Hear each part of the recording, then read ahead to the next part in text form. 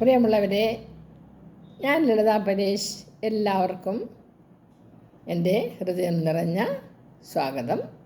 ഒരു ചെറിയ ഇടവേള എടുത്തതിന് ശേഷമാണ് ഞാൻ എൻ്റെ വീഡിയോയ്ക്ക് പ്രത്യക്ഷപ്പെടുന്നത്.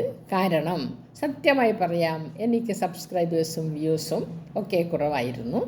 അതുകൊണ്ട് തന്നെ വീഡിയോ ഇടണ്ട എന്നൊരു തീരുമാനം എൻ്റെ മനസ്സിൽ ഉണ്ടായി. അതാണ് ഞാൻ 1-2 ആഴ്ച വെറുതെ ഇരുന്നത്. എൻ്റെ മനസ്സും എവിടെയൊക്കെയോ അലസമായി ഒന്ന് ചിന്തിച്ചു പോയി. അതുകൊണ്ട് വേണ്ടെന്ന് വെച്ചതാണ്. പിന്നെ ഞാൻ എൻ്റെ ഫോണെല്ലാം ഇങ്ങനെ നോക്കുമ്പോൾ എപ്പോഴും സ്ഥിരമായി കാണുന്നൊരു കാര്യം നാച്ചുറൽ ഹെയർ ഡൈ എന്ന ഒരു പരസ്യമാണ്.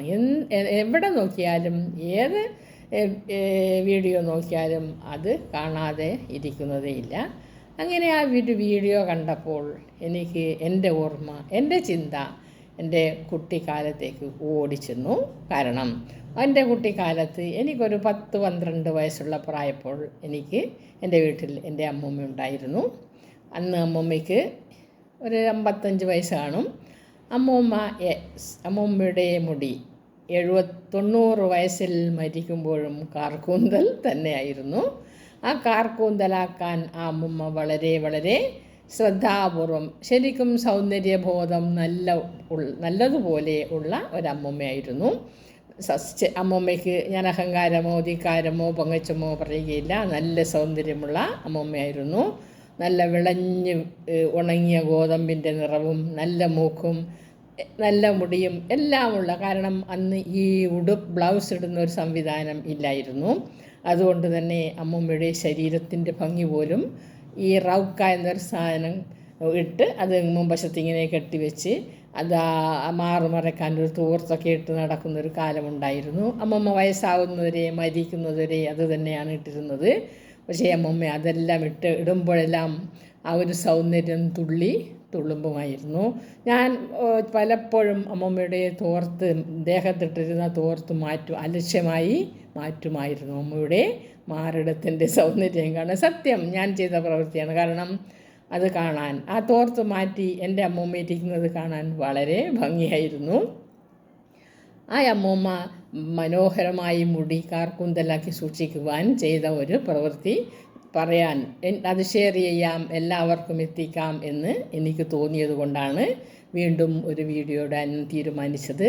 കാര്യം അത് നല്ലത് തന്നെയാണ്. 90 വയസ്സിൽ മരിക്കുന്നതുവരെ എൻ്റെ അമ്മൂമ്മയുടെ മുടി വളരെ മനോഹരമായിരുന്നു. മുടിയെന്ന് മാത്രമല്ല, അമ്മൂമ്മയും ഒരു സൗന്ദര്യധാമം തന്നെയായിരുന്നു. മുഖം സൂക്ഷിക്കാനും മുടി സൂക്ഷിക്കാനും ആരോഗ്യം സൂക്ഷിക്കാനും എല്ലാം ആ അമ്മൂമ്മ നല്ലതുപോലെ പ്രവർത്തിച്ചിരുന്നു. ഒരാഴ്ചയിൽ ഒരു ദിവസം എല്ലാ കാര്യത്തിനും വേണ്ടി അമ്മൂമ്മ ചിലവഴിക്കുമായിരുന്നു. അങ്ങനെ ആ ചിന്തയുമായി ഞാൻ എൻ്റെ മുറ്റത്തിറങ്ങിയപ്പോൾ ഒരു മനോഹരമായ ഒരു കാര്യം കണ്ടു. അതായത് നമ്മൾ സൗന്ദര്യം വർദ്ധിപ്പിക്കാൻ തന്നെയാണ് ഇതെല്ലാം ചെയ്യുന്നത്. അത് നമ്മൾ മനസ്സിലാക്കുക.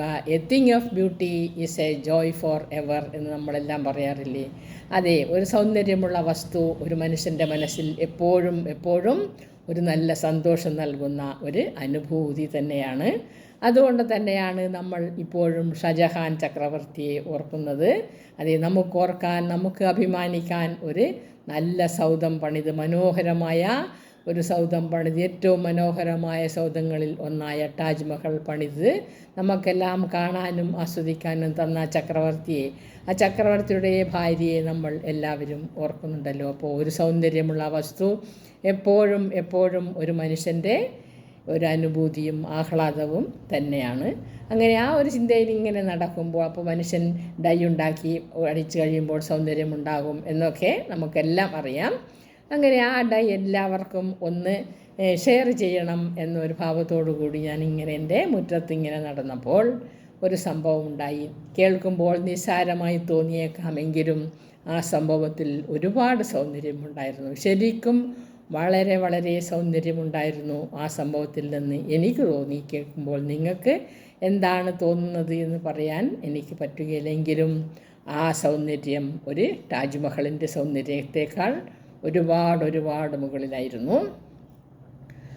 ഞാനിങ്ങനെ മുറ്റത്ത് നിന്നപ്പോൾ എൻ്റെ വീട്ടിൻ്റെ മതിലിൻ്റെ അരികിന് മതിലരികിന്, റോഡിലല്ല, മതിലരികിന് ആരോ ഒരു വലിയ ഓലയും മടലും കൊണ്ട് വെച്ചിട്ടുണ്ടായിരുന്നു. ആരാണെന്നറിയില്ല. രാത്രിയാണ്, രാവിലെയാണ് ഞാൻ നോക്കിയില്ല, ഞാൻ കണ്ടില്ല.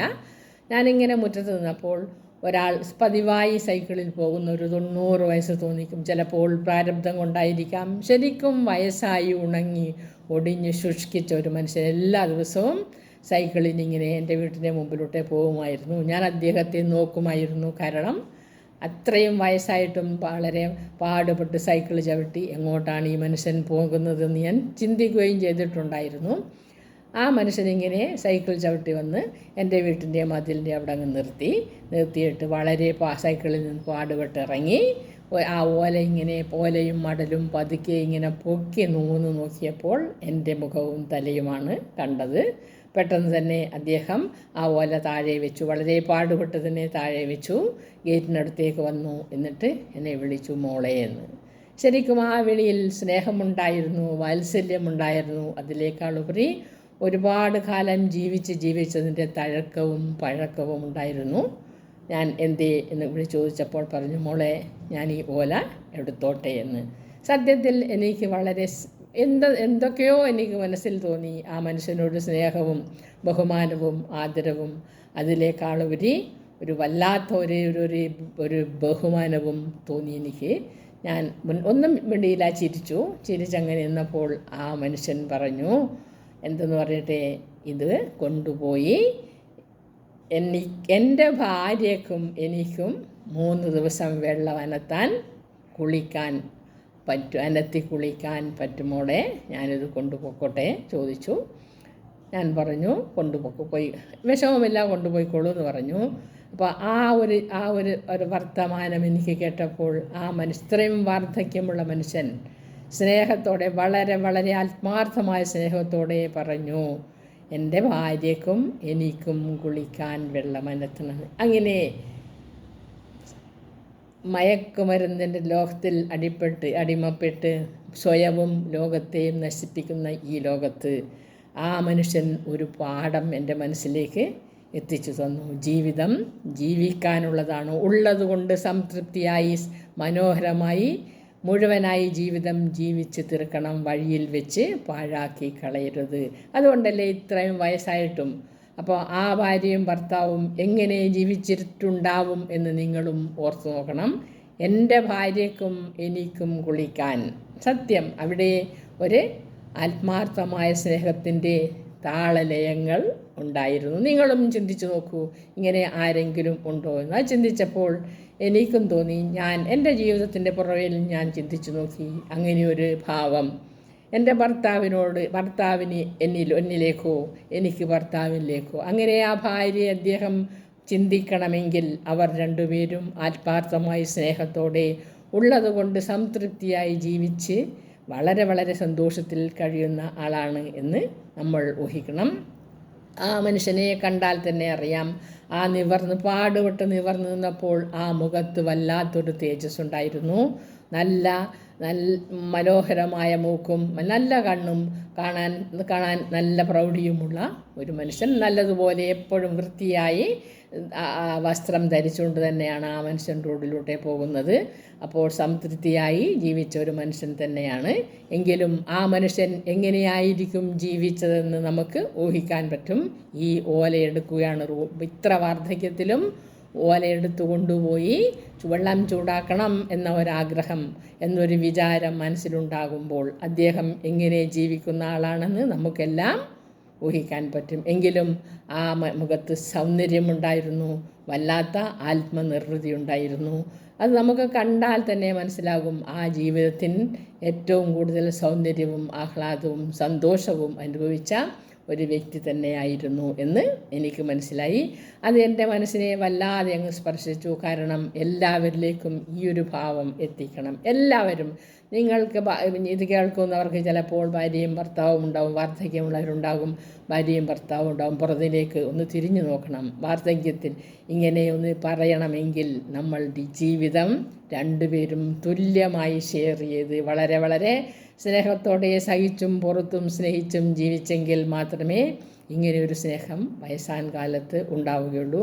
സത്യത്തിൽ ഞാനും പുറകെ നോക്കിപ്പോയി, പക്ഷേ എനിക്ക് ഉത്തരം ഇതുവരെ കിട്ടിയിട്ടില്ല.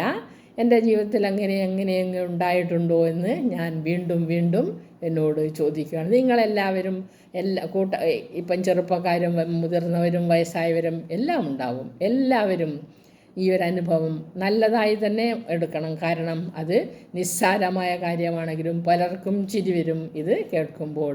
പക്ഷേ ചിരിക്കാനോ പുറന്തള്ളാനോ ഉള്ള ഒരു കാര്യം അല്ല എന്ന് എനിക്ക് തോന്നുകയാണ്. ആ മനുഷ്യൻ്റെ മനസ്സിൻ്റെ ഭാവം, ആ ഒരു ജീവിച്ച് തീർത്ത സൗന്ദര്യം, അത് ഈ താജ്മഹലിൻ്റെ സൗന്ദര്യത്തെക്കാൾ വളരെ വളരെ വലുതാണ്. അത് സൗന്ദര്യമാണ്. കുറച്ചുകൂടി കട്ടിയുള്ള ദൃഢമായ ഭാഷയിൽ പറഞ്ഞാൽ ഇറ്റ് ഈസ് ബ്യൂട്ടിഫുൾ. അതെ, സത്യമല്ലേ? അത് നിങ്ങൾ ആലോചിച്ച് നോക്കൂ. അപ്പോൾ ഇനി ഈ വീഡിയോയിൽ എൻ്റെ ആ ഡൈയുടെ കാര്യം പറയാൻ ഒരുപാട് നീണ്ടുപോകും. അടുത്ത വീഡിയോയിൽ ഞാൻ ഡൈയുടെ കാര്യമായി എത്താം. നന്ദി, നമസ്കാരം.